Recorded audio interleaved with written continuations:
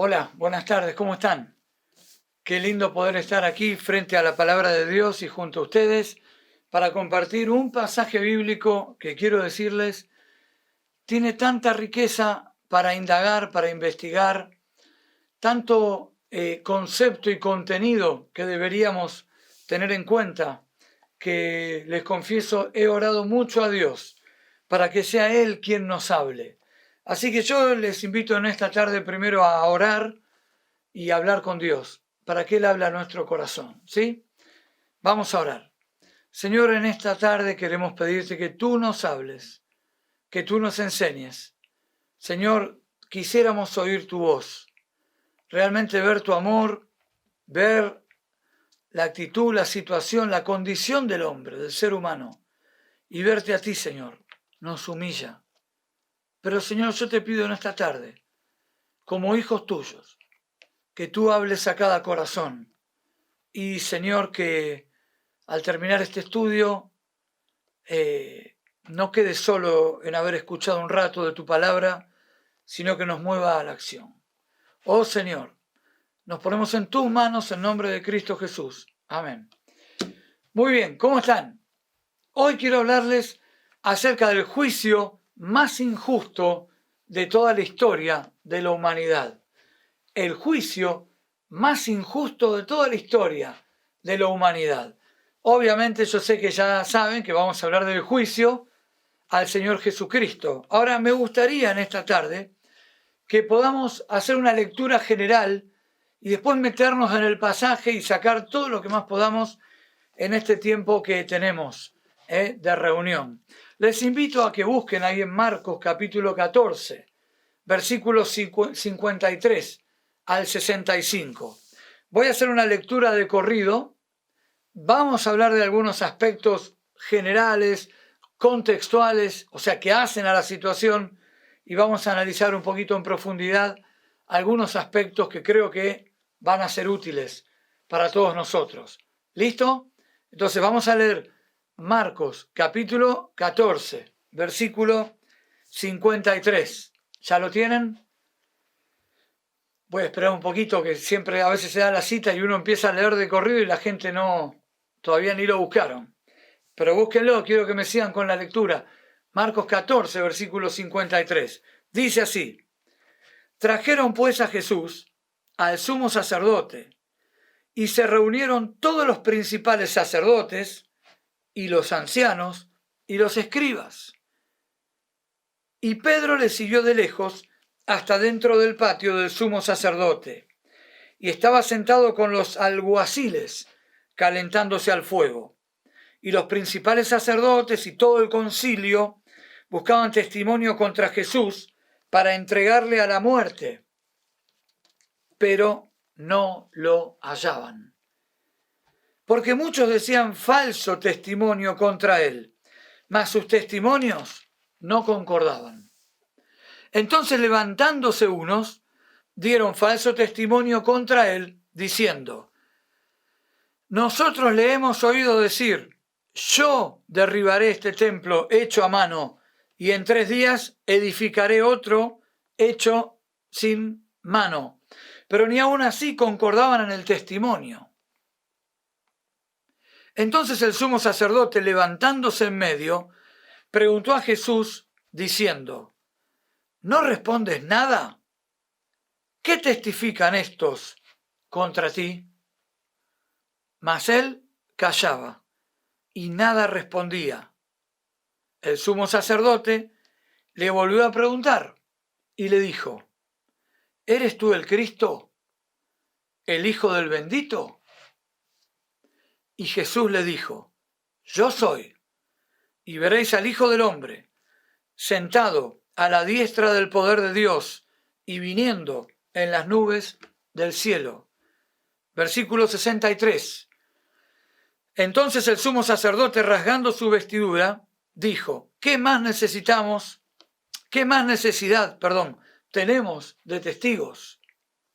Habéis oído la blasfemia. ¿Qué os parece? Y todos ellos le condenaron, declarándole ser digno de muerte. Y algunos comenzaron a escupirle. y a cubrirle el rostro y a darle de puñetazos y a decirle, profetiza. Y los alguaciles le daban de bofetadas. Tremendo este pasaje bíblico. He tratado de leerlo en forma pausada, poniendo énfasis, se habrán dado cuenta, en algunas palabras. Ahora, en primer lugar, me gustaría que veamos ahí la impotencia de los sacerdotes. En los versículos 53 al 55, observen nuevamente la lectura, lo que dice ahí la palabra de Dios. Verso 53. Trajeron pues a Jesús al sumo sacerdote, y se reunieron todos los principales sacerdotes, y los ancianos, y los escribas. Y Pedro le siguió de lejos hasta dentro del patio del sumo sacerdote, y estaba sentado con los alguaciles, calentándose al fuego. Y los principales sacerdotes y todo el concilio buscaban testimonio contra Jesús para entregarle a la muerte, pero no lo hallaban. Ahí la palabra buscaban es el hecho de anhelar ardientemente algo. Ellos estaban ahí buscando la manera de encontrar algo, una causa, para poder acusar al Señor Jesús. Y dice que no la podían encontrar, buscándola con mucho énfasis, con mucha vehemencia, impotencia. Impotencia es esa situación cuando no puedo hacer nada ante la realidad. Impotencia es cuando ya hice todo lo que pude y aún así no logro el objetivo. Y ahí estaban. Ahora, me gustaría, a modo de ilustración, comentar un poquito de quiénes eran todos estos personajes que aparecen en este pasaje bíblico que hoy hemos leído. Porque leemos muy rápido a veces. Sumos sacerdotes, principales, escribas, fariseos, alguaciles. ¿Quiénes eran? Saduceos, ¿no? ¿Quiénes eran cada uno de ellos? Porque vimos ahí que dice Pedro le seguía de lejos. Y uno dice, bueno, Pedro lo conocemos. Pero me gustaría describir quiénes eran todas estas personas y grupos de personas que iban conformando esta escena injusta e infame. En primer lugar, vamos a hablar del sumo sacerdote, que era Caifás. El sumo sacerdote era un hombre que era el único al que se le permitía entrar al lugar santísimo en el templo. Ustedes saben, cuando entraba el sumo sacerdote al lugar santísimo, entraba con una cuerda atada a su cuerpo en la cintura o en la pierna. ¿Por qué? Porque cuando él entraba al lugar santísimo, si al sumo sacerdote, a este hombre, le pasaba algo estando adentro, nadie podía entrar a rescatarlo. Entonces, con la soga, podrían traccionar desde afuera y sacarlo hacia ellos sin que ninguno ingrese al lugar santísimo. Saben, el sumo sacerdote tenía unas vestiduras especiales. El sumo sacerdote tenía 12 piedras preciosas en sus túnicas. Esas 12 piedras preciosas representaban a las 12 tribus del pueblo de Israel. Saben, el sumo sacerdote se podía casar solamente con una virgen. Era la persona que estaba a cargo de los cultos en el templo. Y él era el responsable de que los cultos se realicen.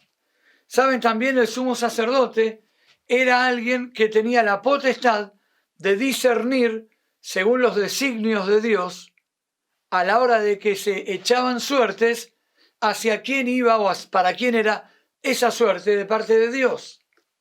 Eso hacía el sumo sacerdote. Ahora, Caifás se dice que era un hombre muy astuto. Era un cargo más bien honorario, más bien vitalicio, pero era un cargo que se relacionaba con las autoridades políticas y civiles, en este caso del Imperio Romano.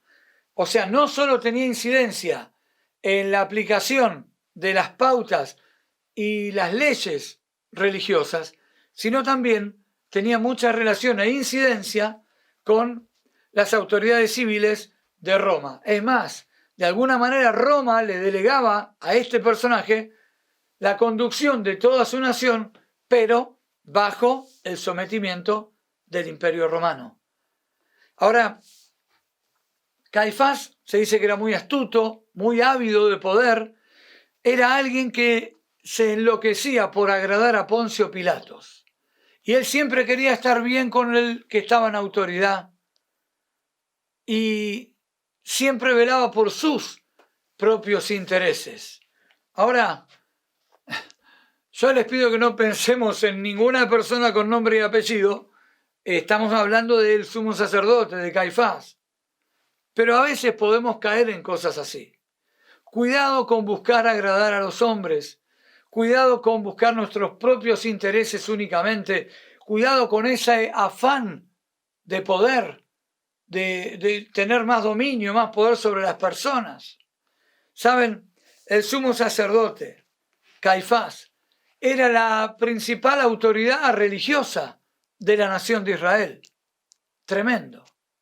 Este hombre Caifás. También tenía otro nombre como José y estuvo en su cargo desde el año 16 después de Cristo al año 36 después de Cristo. 20 años.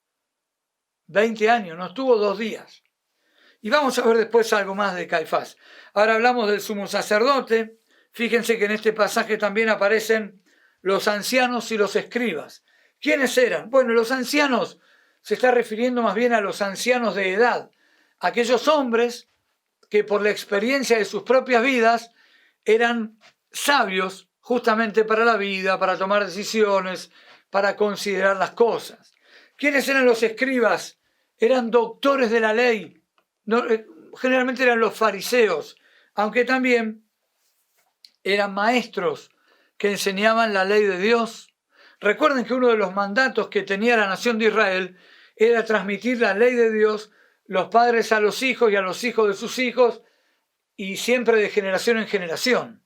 O sea que es muy común ver dentro del pueblo judío personas religiosas y ultra religiosas que tienen como norma de vida conocer la ley de Dios y enseñarla a los que le siguen. Ahora, hablamos de los ancianos, hablamos de los escribas.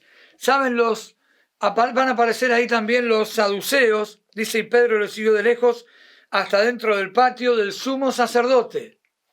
No es un detalle menor. Y estaba sentado con los alguaciles, calentándose al fuego. ¿Quiénes eran los alguaciles? Los alguaciles no eran un personaje de historieta, ni una caricatura. Los alguaciles, mis queridos, eran los carceleros, los oficiales, lo que sería hoy la policía, ¿no? Alguaciles. Estaban ahí. Dice, y los principales sacerdotes y todo el concilio buscaban testimonio contra Jesús. ¿Qué era esto de todo el concilio? Ahí estaba el Sanedrín. Sanedrín convocados formaban el concilio. Y ahí estaban buscando acusar al Señor Jesús. ¿Saben? El Sanedrín era una entidad que debía administrar la justicia y las cuestiones religiosas de la nación. Y estaba compuesta por 23 o por 71 rabinos que se reunían para administrar cuestiones de la ley. ¿Qué está bien, qué está mal? Hacían una función de jueces. Tampoco es menor este detalle. Y ahí estaban entonces el sumo sacerdote, había escribas, fariseos, doctores de la ley, estaban los carceleros, Pedro metido ahí, calentándose, le había seguido de lejos al Señor. Y ahí estaba el concilio. Y estaban buscando testimonio, entonces pusieron falsos testigos. Ahora, ¿cómo era el procedimiento en aquel tiempo? Saben que los testigos entraban de a uno y daban testimonio contra la persona que estaban acusando. Pero ¿qué pasaba? Si eso que decían contra la persona se comprobaba que no era verdad, ellos, esos testigos que estaban dando un testimonio, en este caso falso, debían pagar la condena que estaban pidiendo para el acusado. De manera tal que no era tan fácil conseguir testigos, y más contra un hombre como Jesús, que no había de qué acusarle. Sin embargo, iban entrando de a uno y a otro y a otro, uno atrás de otro, y dicen que los testimonios no concordaban. Ahora, tenemos que entender la situación. Ellos, ¿por qué estaban ahí dando falso testimonio? Bueno, tal vez les habían pagado.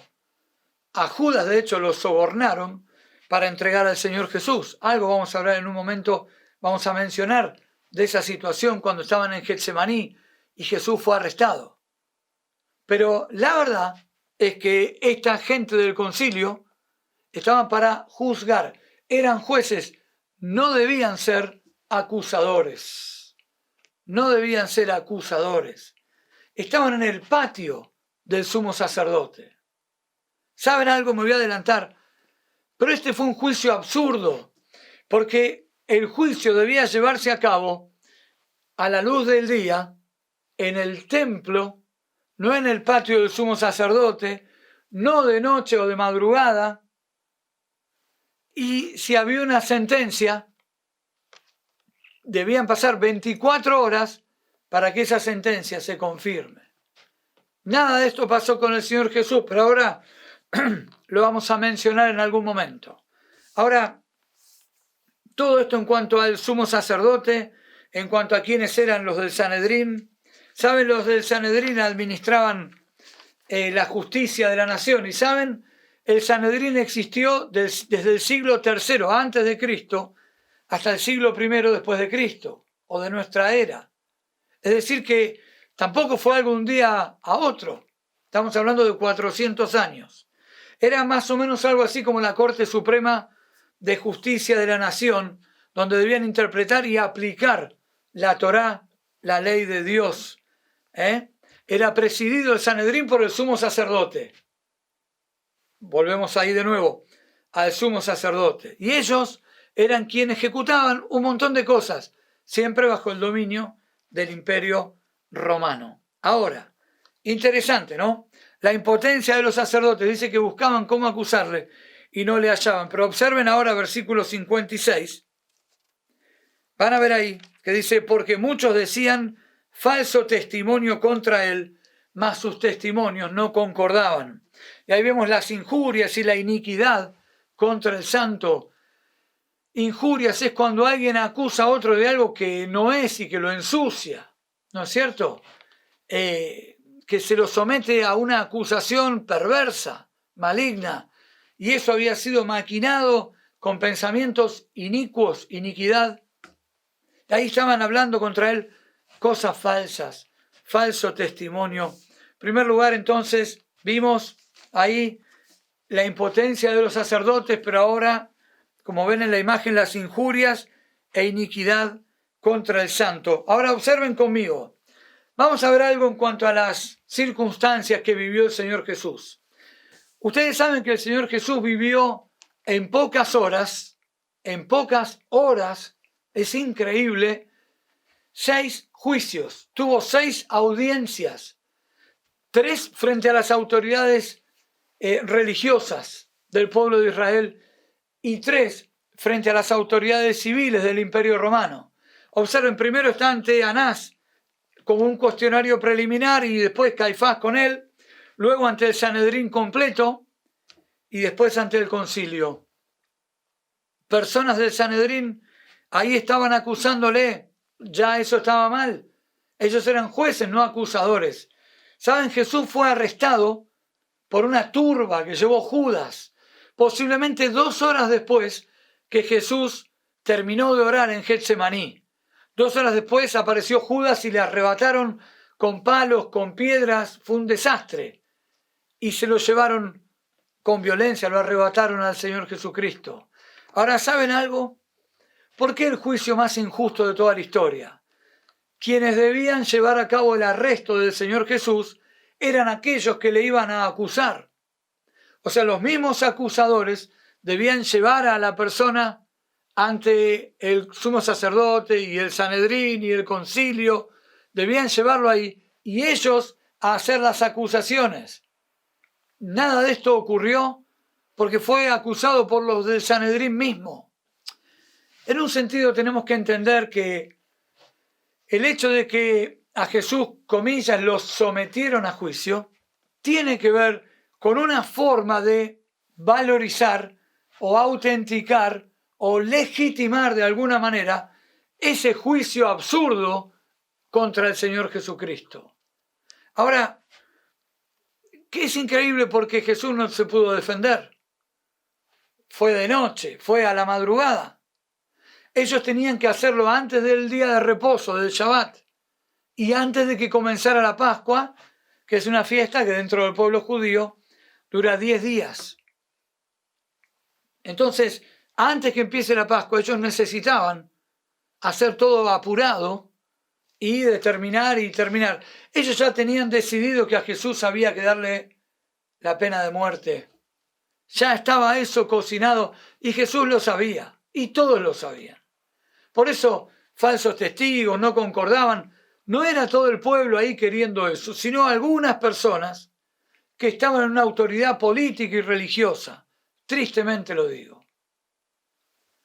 Y entonces iban consiguiendo personas que buscaban acusarlo de esto, del otro, y no concordaban, no coincidían. Pero observen lo que va a decir ahí después, en el versículo 57. Entonces, levantándose unos, muy posiblemente eran de ahí mismo del concilio, recuerden, no debían ser acusadores, sino jueces. Dice, entonces, levantándose unos, dieron falso testimonio contra él, diciendo, es interesante cuántas veces vemos la expresión falso testimonio contra él, diciendo, nosotros le hemos oído decir, yo derribaré este templo hecho a mano, y en 3 días edificaré otro hecho sin manos. Pero ni aun así concordaban en el testimonio. Saben, aquí vemos una interpretación errónea de las Escrituras. El Señor Jesús jamás dijo eso. Ahora, observen, se levantaron algunos y apelaron a algo que el Señor había dicho hacía 3 años y que no fue eso exactamente lo que dijo. Jesús nunca dijo, yo voy a derribar el templo. Nunca dijo eso. Lo que estaba Jesús diciendo en aquel momento era, ustedes van a destruirme y yo en 3 días voy a resucitar, porque dice que hablaba del templo de su cuerpo. Pero nunca Jesús dijo, yo voy a derribar este templo, señalando al templo de Israel. Nunca dijo eso. Y en 3 días edificaré otro. Jamás dijo eso el Señor Jesús, hecho sin mano. Ahora, qué memoria, ¿no? Para acusar al Señor, pero una interpretación errónea de las Escrituras. Ahora, yo quiero que podamos entender por un momento esto que estaba pasando. Personas se levantaban contra uno, justo, santo, inocente, diciendo cualquier cosa. Ahora, vamos a ver después algunas aplicaciones concretas, pero creo que se van imaginando, ¿no? Hasta ahora el Señor Jesús no dijo nada. Hasta ahora el Señor Jesús no fue rebatiendo a uno y a otro de todos los que lo acusaban. Permaneció callado.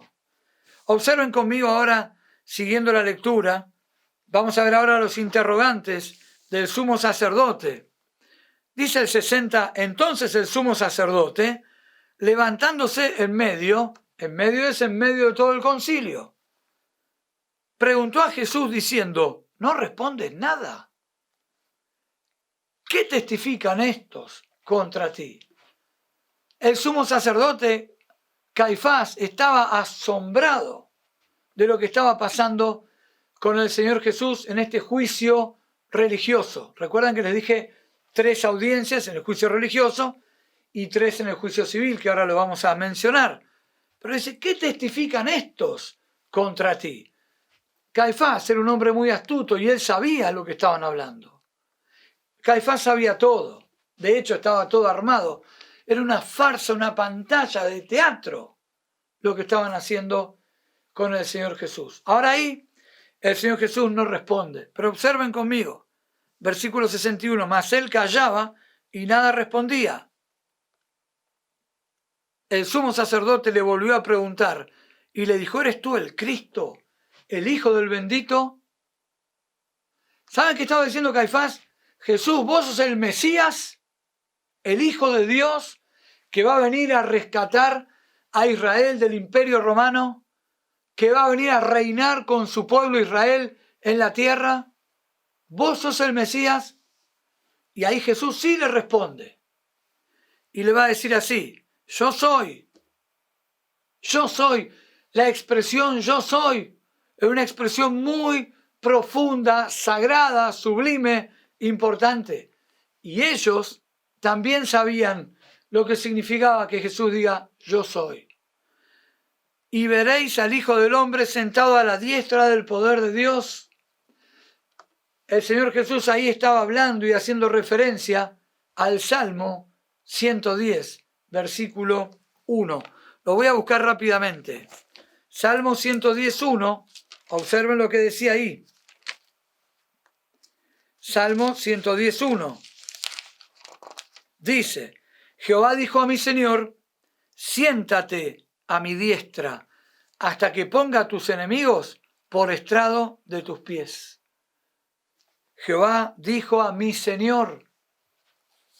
Y entonces ahí Jesús se estaba, identificando y estaba mostrando realmente su identidad, sus credenciales.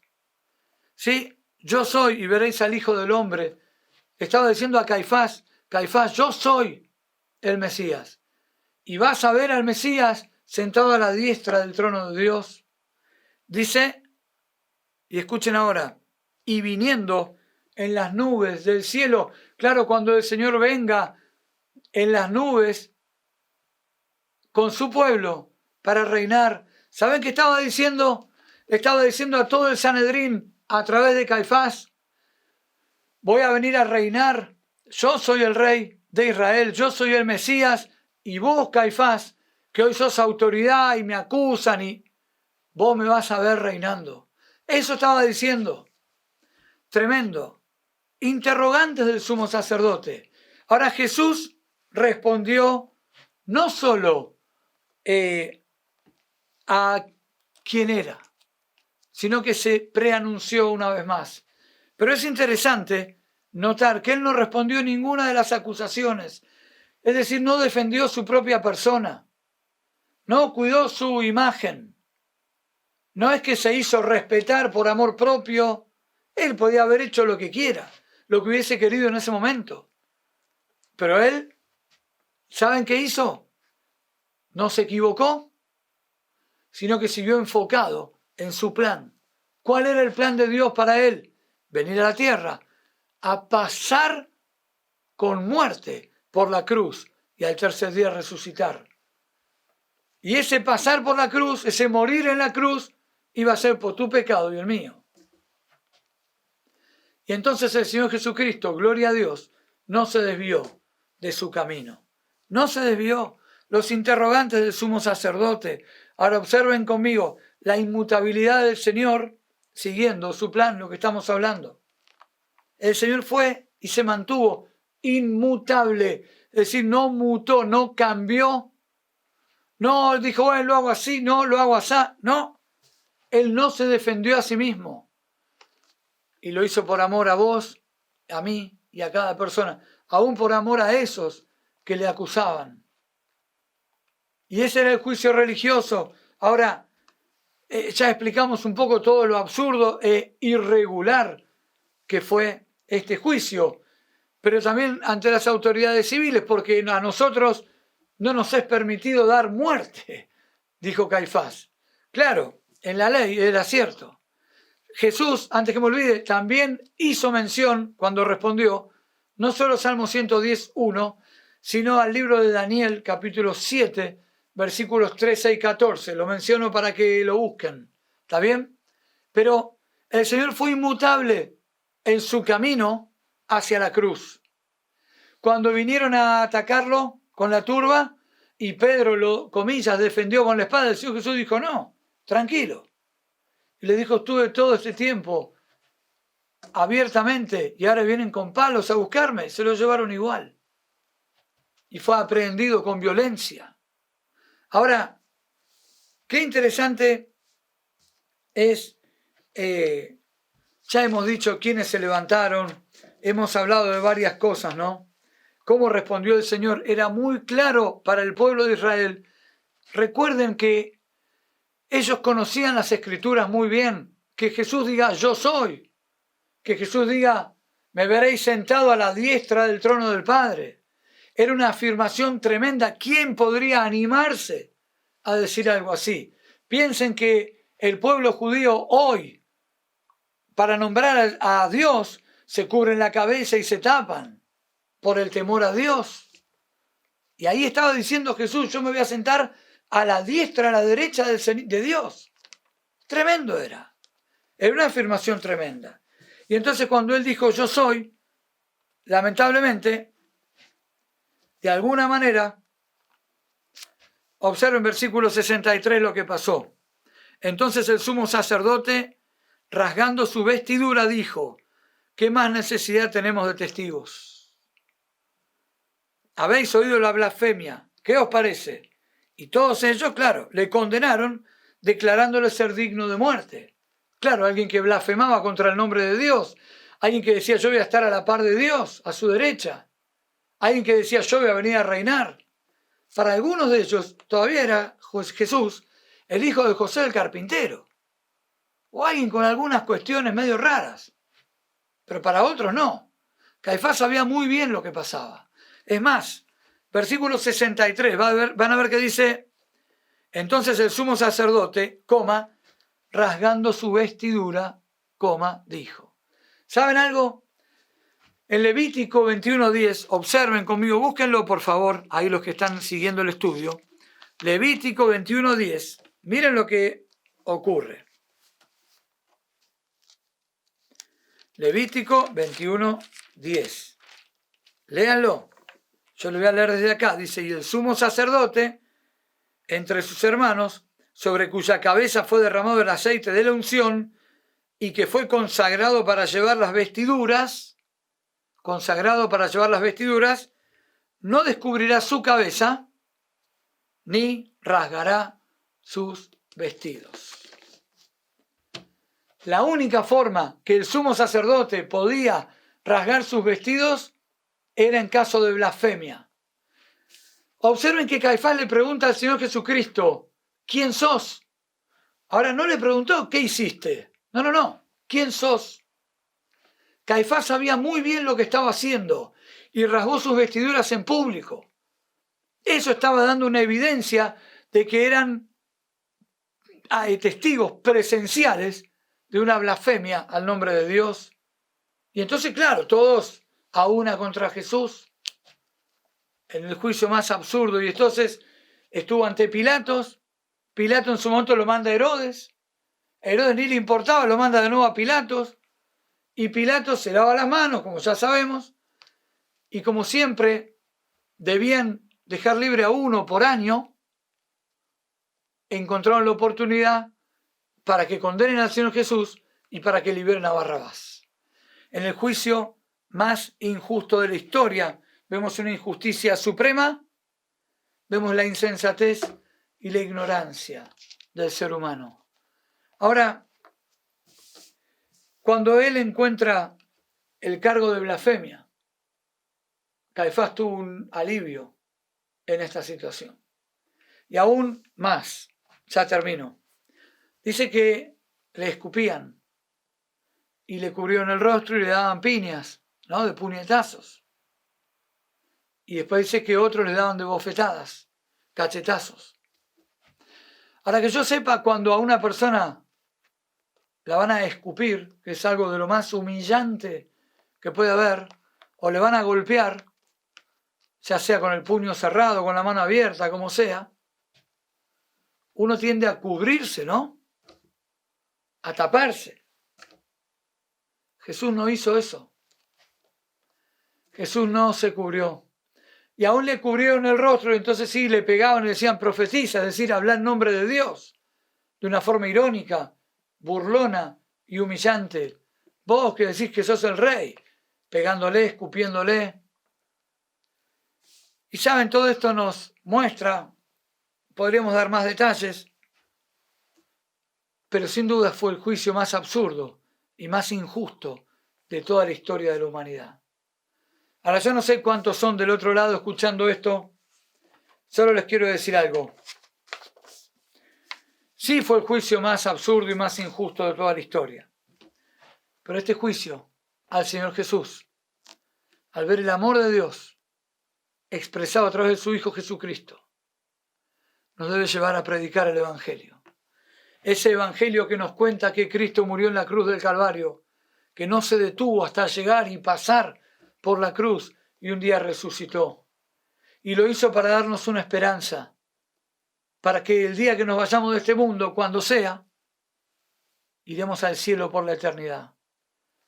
Y todos los que hemos recibido a Cristo en nuestro corazón como Salvador personal, tenemos esta misión y esta obligación: predicar el Evangelio, predicar las buenas nuevas. Mi querido, ¿estás predicando el Evangelio? ¿Estás hablándole de Cristo a otros? ¿Del amor de Dios? ¿Que la persona está perdida, que quiere salvarle? ¿Que Cristo sufrió lo que sufrió? No porque era un mártir, sino porque le amó a él y te amó a vos y me amó a mí. En esta tarde, mi querido hermano creyente, te animo a que seas un predicador del Evangelio. Cada día hablando de Cristo a otros. Y tal vez si tú eres un oyente que nunca recibió a Cristo como Salvador, quiero decirte que Jesús pasó por este juicio injusto porque te amó a ti y porque quiere ser tu Salvador. ¿Sabes? Cristo un día resucitó, tal cual Él lo prometió, al tercer día. Y entonces Él tiene poder para limpiarte de tu pecado, para que puedas arrepentirte de todos tus pecados y le pidas perdón y puedas ir al cielo por la eternidad si le recibes hoy, ahora, como tu Salvador personal. Termino con una oración y les pido ahí donde estén que puedan inclinar su cabeza y cerrar sus ojos. Me gustaría que en esta hora tú, que eres creyente, decidas predicar el Evangelio a tal y tal persona con nombre y apellido, y quizás hacerte una lista de 3, 5 personas que le vas a hablar de Cristo, que aún no le conocen. Pero a ti, querido amigo, si nunca recibiste a Cristo, yo te pido que hagas conmigo una oración sencilla. Donde estés, la verdad que Dios ve tu corazón. Y ahí donde estás, decirle: Señor Jesús, reconozco que soy un pecador. Decile: reconozco que soy un pecador y creo que moriste en la cruz por mí, por mi pecado. Pero en esta tarde, en esta oportunidad, te pido perdón por todos mis pecados. Decile así a Dios: te pido perdón por todos mis pecados, me arrepiento de todos mis pecados ahora. Y te pido que entres en mi corazón. Decile así: te pido que entres en mi corazón y que seas mi Salvador. Decile: Señor Jesús, yo te recibo como mi Salvador personal ahora, porque quiero ir al cielo y quiero tener esa vida eterna. Y ahí, con cada cabeza inclinada, espero, creyente, que hayas orado conmigo y que te mueva a una decisión que se vea en los hechos, en la práctica. Y tú, querido amigo, si oraste así conmigo y fue de corazón, quiero decirte que vas al cielo por la eternidad. Si recibiste a Cristo de corazón como Salvador, si te arrepentiste ante Dios de tu pecado y le pediste perdón y le pediste que entre en tu corazón, la Biblia dice: el que oye mi palabra y crea al que me envió. Tú has oído y has creído. Dice: tiene vida eterna. Es una seguridad. Y aclara Jesús: y no vendrá a condenación, mas ha pasado de muerte a vida. Si en esta tarde has orado así, yo te pido que nos lo hagas saber. Acá, al Ministerio de Palabra de Vida, a algún amigo creyente, decirle: yo recibí a Cristo. Tomé la decisión de que Cristo sea mi Salvador. Y queridos creyentes, no dejemos de predicar el Evangelio, porque el Señor viene. Amén. Dios les bendiga grandemente.